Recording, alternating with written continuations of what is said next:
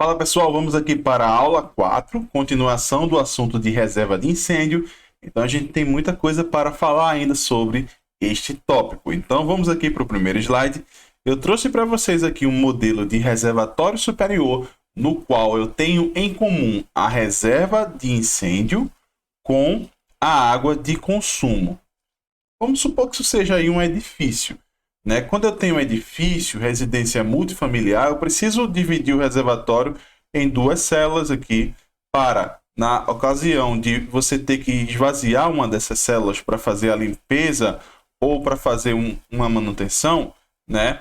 Você deixa a outra célula em funcionamento, tanto para a reserva de incêndio quanto para a água de consumo, beleza? Então, quando eu tenho aqui as duas reservas em comum, eu preciso fazer aqui um artifício, né? O artifício é o seguinte: eu preciso colocar um dispositivo para recirculação da água da reserva de incêndio. Vê que legal. Esse dispositivo, ele é o seguinte, é como se fosse aqui um sifãozinho invertido, ó, como eu estou passando aqui o mouse para vocês, né? Vocês vão precisar aqui de um T, um joelho e dois pedaços de tubo e fazer aqui um sifão invertido, beleza? Esse sifão invertido ele vai promover a recirculação da água do fundo do reservatório, ou seja, a água da reserva de incêndio. Ela sempre será renovada com esse dispositivo aqui, tranquilo? Para que ele funcione, esse tubo aqui, o que vai até em cima, ele precisa ser aberto aqui, beleza? Para que não ocorra pressão negativa. Porque se eu fechar aqui esse tubo, eu vou ter pressão negativa dentro do sistema e a reserva de incêndio ela vai ser succionada. Então eu preciso abrir aqui para evitar, né, pressões negativas. Então o dispositivo ele realmente funciona, tranquilo. Eu já, inclusive, testei esse dispositivo aqui no meu canal do YouTube, ó. Você coloca aí no YouTube, você coloca detalhe de recirculação NBR 5626, vai aparecer o meu vídeo onde eu criei aí um protótipo, né, testando exatamente este dispositivo. Então, se você quiser complementar o seu conhecimento, você vai lá no meu canal e assiste esse vídeo também, eu recomendo, tá bom? Então, é um dispositivo interessante que vai promover a renovação da reserva de incêndio. É recomendado aí por algumas normas, né, de alguns municípios e estados, tranquilo? Mas esse aqui, esse tipo que vocês estão vendo, é o tipo que foi incluído na nova revisão da NBR 5626 de água fria, tranquilo? Vamos passar aqui, vamos ver aqui alguns detalhes, ó. Eu tenho aqui a tubulação de consumo, sempre com tubos ventiladores para retirar o ar, né, da tubulação, beleza? Eu tenho aqui tubulação de limpeza do reservatório, ó. Eu vou ter também tubulação de extravasor e de aviso de extravasão, que eu não coloquei nessa figura, por exemplo.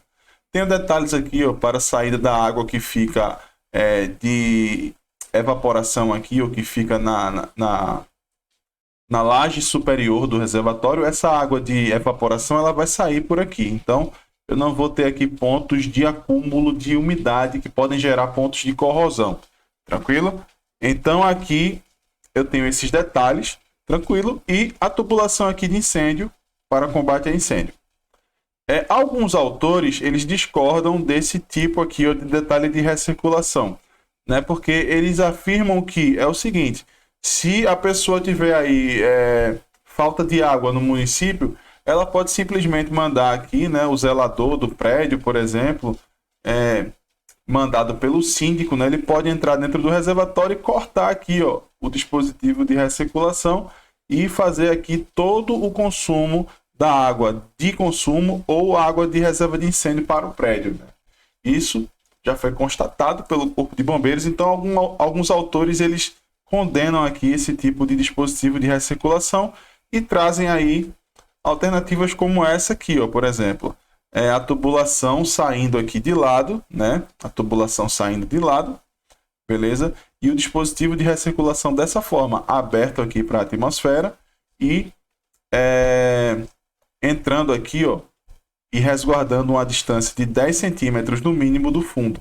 Vai funcionar do mesmo jeito que o outro, sendo que ao cortar aqui, né, se a pessoa vier cortar, pelo menos a reserva de incêndio ela será preservada, tranquilo? não mais terá o dispositivo de recirculação, mas, em contrapartida, a pessoa não atingirá o objetivo de consumir a reserva de incêndio. Então, há essa questão aí. A norma 5626 colocou aquela figura que eu trouxe para vocês no primeiro slide, né, que eu refiz no AutoCAD. Mas alguns autores, eles condenam e recomendam dessa forma.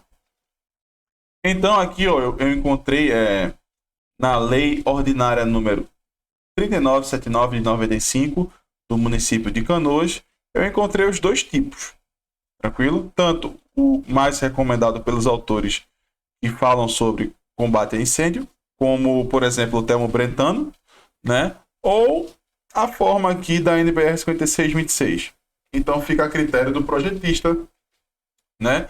Algumas normas de incêndio também exigem que a saída da tomada de consumo saia pelo lado do reservatório. Então, ao meu ver, esta forma aqui é a mais aceitável, né, de se utilizar no seu projeto. Mas aí será uma consideração sua. Tranquilo? Então, este é o dispositivo de circulação de água, né?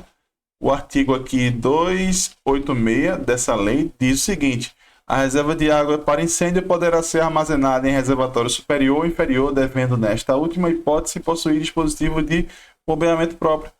Aí eu tenho aqui, ó, a reserva de água para hidrantes ou chuveiros automáticos poderá ser comum com abastecimento geral, como é o caso que a gente já está vendo, desde que a reserva mínima exigida para incêndio seja até 2 vezes maior que o volume do consumo diário de abastecimento, e que o reservatório que promova a recirculação de água a recirculação de água. Então ele quis dizer aqui que eu preciso ter um dispositivo desse tipo, tanto é que essa figura é dessa lei ordinária, tranquilo? Do município de Canoas.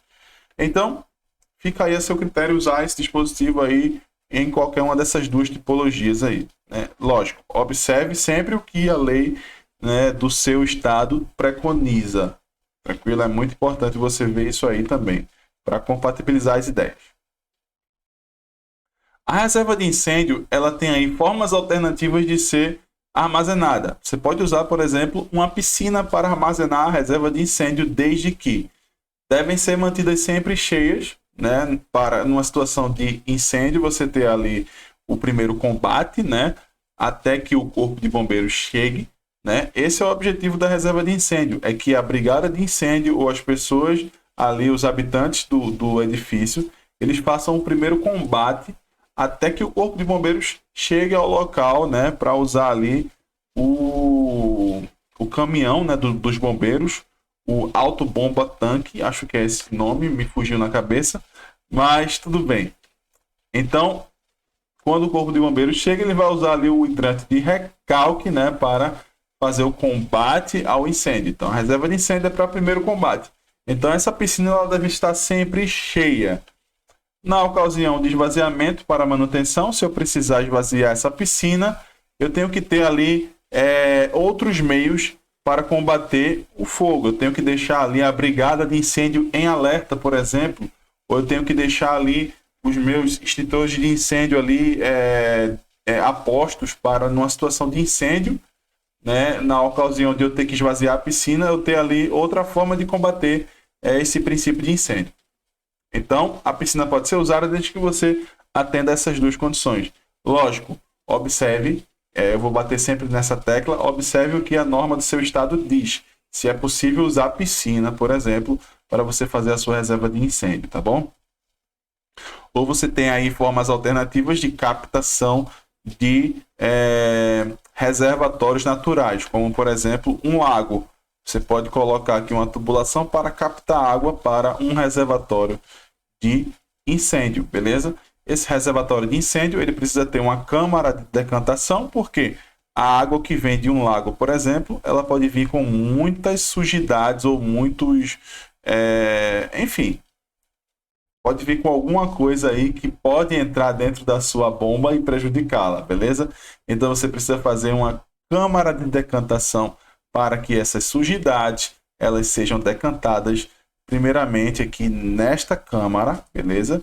E para que só a água sem muitos sólidos passe para a câmara de sucção. Então você precisa dimensionar a câmara de decantação e a câmara de sucção. Beleza? Existem outras alternativas com adufas e canais, né? Que você pode fazer também a captação de um lago, por exemplo. Mas eu trouxe aqui a captação por canalização. É importante você colocar aqui um crivo, né? Para fazer uma pré-filtragem também da água que vem desse lago. Então, eu vou fazer aqui um exercício prático com vocês agora para dimensionar exatamente este caso. Então, vamos lá ver como é que é. Beleza? Então, pessoal, vamos fazer aqui um exercíciozinho prático, tranquilo, de dimensionamento aqui, né, do poço de sucção. Beleza? Para isso, eu vou considerar uma tubulação de 200 milímetros. Beleza? Então, diâmetro nominal do tubo de sucção, 200 milímetros. Eu vou ter que ter uma altura de submergência, uma dimensão de submergência de 620 milímetros e uma dimensão B, que é a distância aqui, ó, da boca da sucção, né? De onde termina aqui o tubo de sucção até o fundo do reservatório, uma dimensão B de 150 milímetros. Então, eu devo respeitar essas distâncias, tá bom? Então, vamos ver aqui o meu desenho como já está pré-estabelecido essas distâncias. Eu vou fazer aqui uma cota de onde termina a sucção até a distância de submergência, né? Eu tenho aqui 0,82, sendo que eu tenho que ter, no mínimo, 0,62. Beleza? Eu posso aqui vir, por exemplo, para ficar igualzinho, né? Eu posso vir aqui e dar um stretch, ó. Para dar um stretch no AutoCAD, você vem aqui, ó, S-Enter, digita S-Enter, seleciona da direita para a esquerda, clica, dá um Enter, né? Clica em qualquer ponto fora aqui, ó, e arrasta para baixo. Eu vou digitar aqui ponto 2. E agora sim, eu tenho 0,62 metros, que equivale a 620 milímetros. A minha distância mínima de submergência. Se eu tiver aqui, por exemplo, 0,55, quando eu acionar a minha sucção, vai ocorrer o vórtice. Beleza? Se eu tiver 0,60, vai ocorrer o vórtice. Eu preciso ter 0,62 ou mais. Então é isso. Eu preciso ter aqui uma dimensão B de 15 centímetros no mínimo. Vamos ver quanto é que está aqui já, né? Vou fazer uma cota daqui para cá, bem tranquilo, ó. Eu tenho 0,23. Beleza? Eu posso modificar isso, né? Eu posso vir aqui, por exemplo, ó,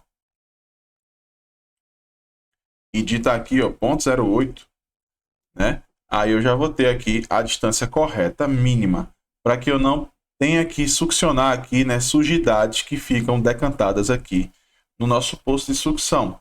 Isso é importante também. Então, eu já obedeci aqui os dois critérios. Eu não vou ter vórtice neste meu poço de sucção. Tranquilo? Quais os outros critérios que eu tenho que obedecer agora? Esses aqui, ó. Eu tenho que fazer essa somatória e encontrar a largura do meu poço de sucção. Vamos fazer isso, então. Então, eu vou copiar esse texto, digito C, Enter, CO, Enter, na verdade, seleciono, Enter, arrasto para baixo tranquilamente e vou digitar aqui, ó, vou dar 2 cliques e vou editar esse texto. Vou colocar aqui comprimento do poço de sucção é igual a 5 vezes o diâmetro em metros, 0,2, beleza? Mais o próprio diâmetro, 0,2, eu estou seguindo aqui, ó, mais 30% aqui do diâmetro,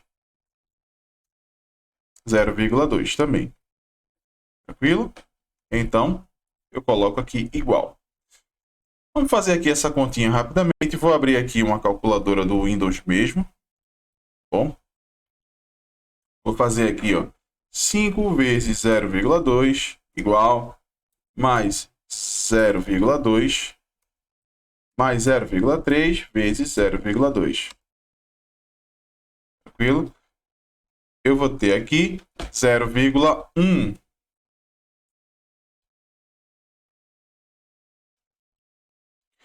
Então, vamos fazer aqui a continha, né? Para a gente ver o que é que vai dar aqui, tá bom? Eu vou fazer aqui primeiro 0,3 vezes 0,2 dá 0,06.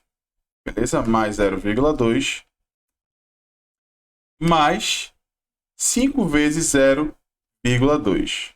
Eu vou botar aqui, ó. 5 vezes 0,2. Aqui está dando 1,26. Então, eu venho aqui e coloco 1,26. Tranquilo? Essa vai ser a minha largura de poço de sucção. Vamos ver quanto é que tem aqui no meu desenho já. Eu venho aqui e vou cotar daqui para cá. Eu vou ter 1,37, né? Então, eu venho aqui, ó, faço 1,37 menos 1,26. Eu preciso diminuir esse poço em 11 centímetros. Então, eu venho aqui, ó, S, Enter, de Stretch. Clico, seleciono aqui, ó, e digito. Clico com o botão direito, arrasto para o lado e digito ponto 11. Eu tenho agora a dimensão do meu poço de sucção, conforme especifica a norma. Então, esse foi o exercício, tranquilo? E a gente se vê na próxima aula. Até mais!